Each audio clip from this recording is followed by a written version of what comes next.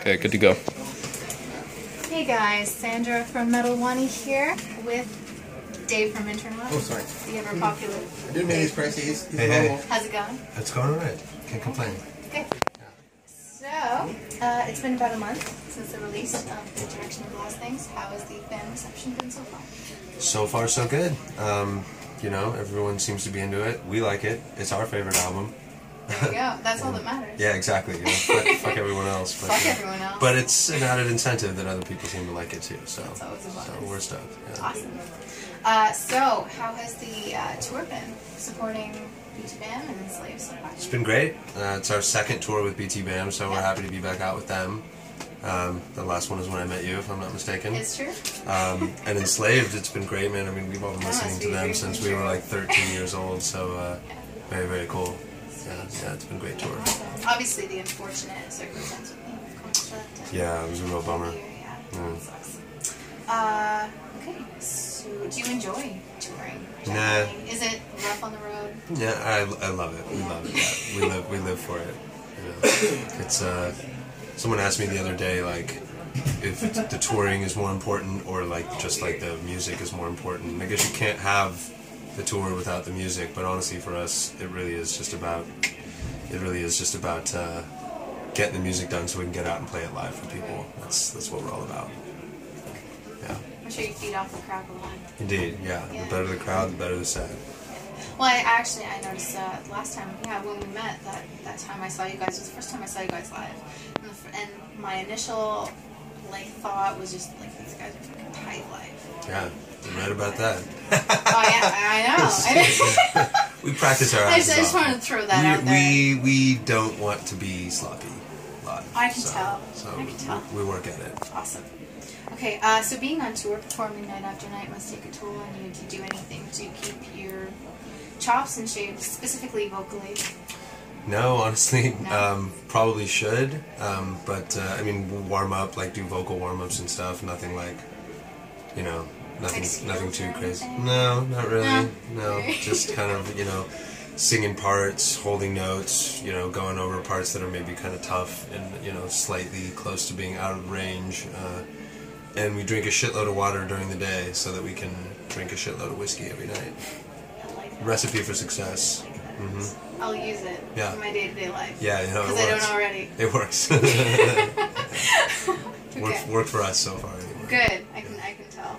So for the musicians out there, can you give a quick gear overview of what you're using currently?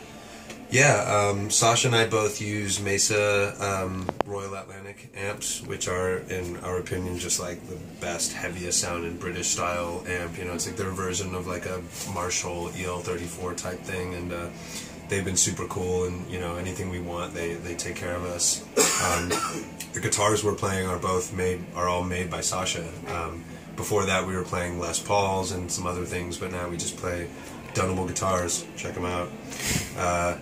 Joe plays Zon bass and Aguilar amps, and Danny plays DW drums, and then we all have a bunch of pedals and gadgets and gizmos. Dunlop company has been super cool with us with pedals, strings, whatever, and with Danny, Aquarian drum heads, Vic Firth drumsticks, Meinl cymbals. Yeah, the dudes at Meinl are super cool, so it's very good.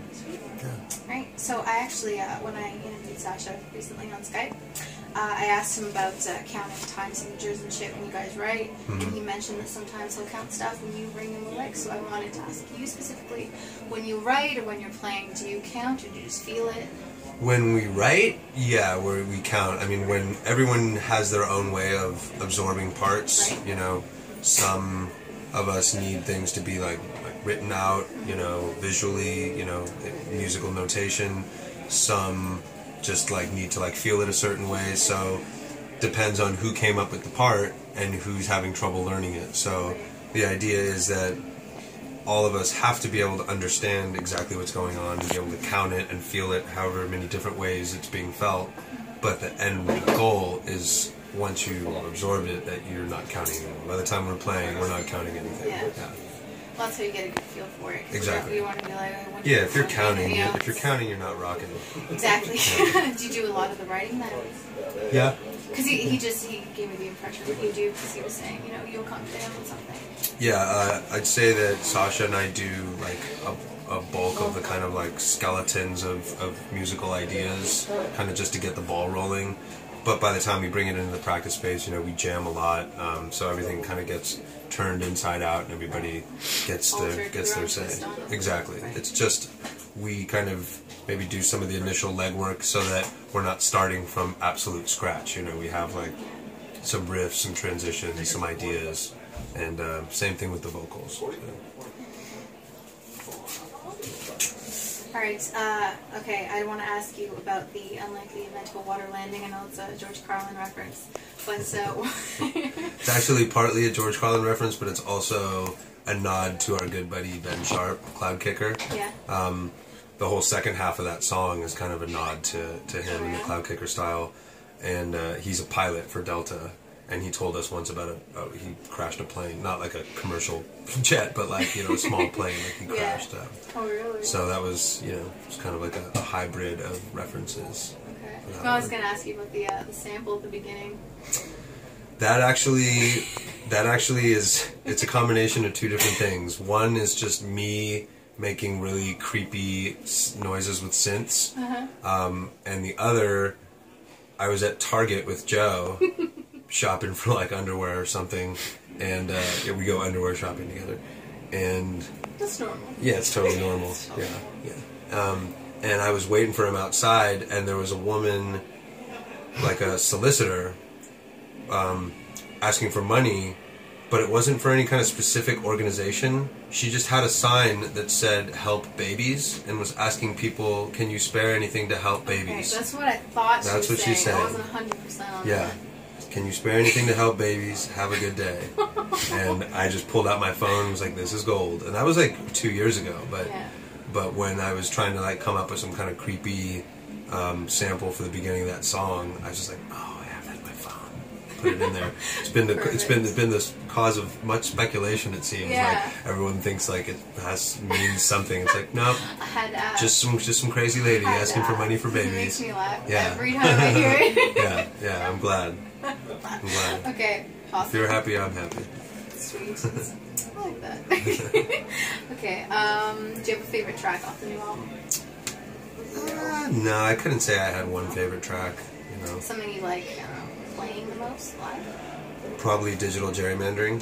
That song was kind of one of my babies, and I made sure there was plenty of like rhythmic, mathematical mindfuck that was it was a pain in the ass for all the dudes to learn. So there was a few parts in that song where everyone almost like shot it down because it was just like it was getting too confusing, and it was, I kind of had to stand my ground and be like, everyone has to learn this, and then if we still don't like it, then we can scratch it, but you have to learn it before we get to scratch it. Likewise.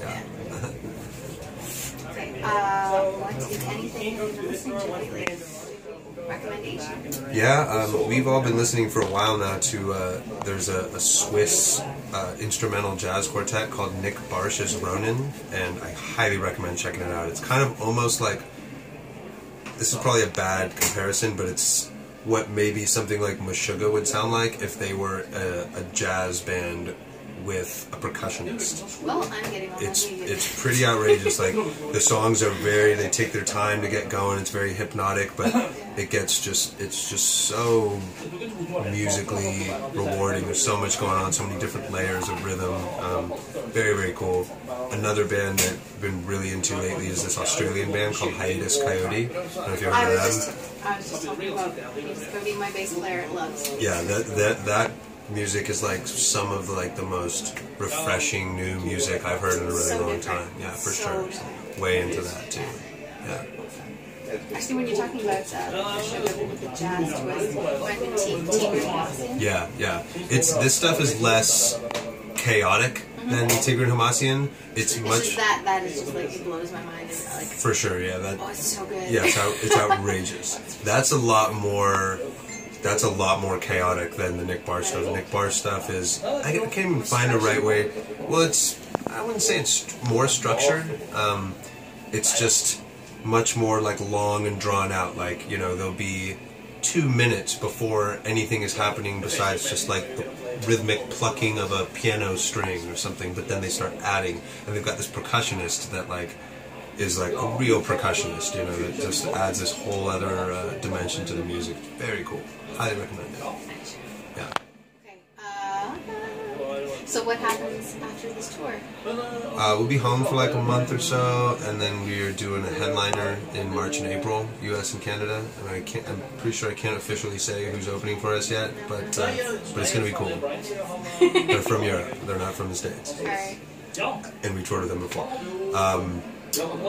Other than that, after that, we're going to be going to Europe. Nothing's really set in stone with that yet, but after that will be Europe, and just hopefully the plan is for all of next year to just be full of touring. So no thoughts? I know it's early, but on a new album or? In this couple of months that we're going to be home in between this tour and the headlining tours, Sasha's got a couple ideas already. I have some ideas. Danny said he's got some like rhythmic drum ideas. So we're gonna try to like get the ball rolling on some stuff. You know, try to never be stagnant. Yeah, for sure. Awesome. Yeah. Well, any thoughts? Any final thoughts? Anything you want to say to them out there? And buy our album. Come to our shows. Support live music. Yeah. awesome. Thank you, Tony. My pleasure. Indeed.